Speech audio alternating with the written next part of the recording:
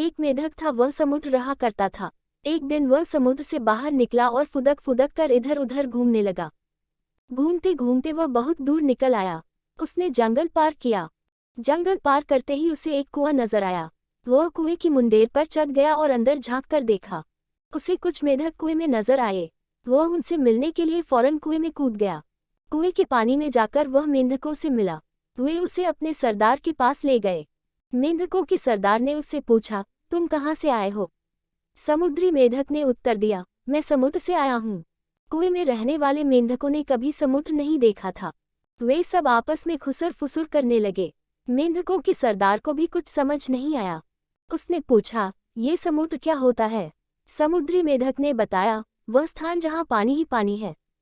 मैं वहीं रहता था, घूमता हुआ यहाँ आ गया। मेंढकों के सरदार ने उत्सुकता से पूछा, कितना बड़ा होता है समुद्र? समुद्री मेढक ने उत्तर दिया, बहुत बड़ा, बहुत ही बड़ा, जिसका अंदाजा लगा पाना बहुत मुश्किल है। मेंढकों का सरदार कुएं के 1/3 भाग तक उछल कर बोला, इतना बड़ा? समुद्री मेढक ने जवाब दिया, नहीं, इससे भी बड़ा। मेंढकों का सरदार और उछला और उसने आधा कुआं तय कर लिया। फिर पूछा, इतना बड़ा? समुद्री मेढक बोला, नहीं, इससे भी बड़ा।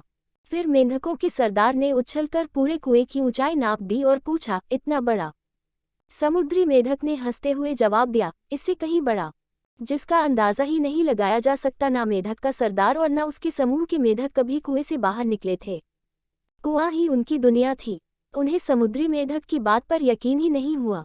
मेढक का सरदार कुछ देर तक चुप रहा, तो समूह में से एक मेढक बोला, सरदार, यह झूठ बोल रहा है। हमारे कुएं से विशाल जगह कोई हो ही नहीं सकती। ऐसे झूठे मक्कार मेढक को हम अपने साथ नहीं रख सकते। इसे यहाँ से भगाइए। उसकी देखा देखी समूह के अन्य मेढक भी चिल्लाने लगे, इस मेढक को यहाँ से निकालिए, इस मेढक को यहाँ से भगाइए। मेंढकों के सरदार को भी आखिर उन लोगों की बात सही लगी।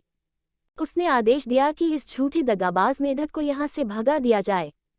सबने मिलकर समुद्री मेढक को कुएं से बाहर निकाल दिया। इस कहानी से सीख, जीवन में अक्सर ऐसा ही होता है।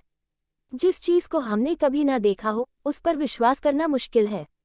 जो काम जीवन में कभी ना किया हो, उसमें सफल होने पाने का विश्वास होना मुश्किल है।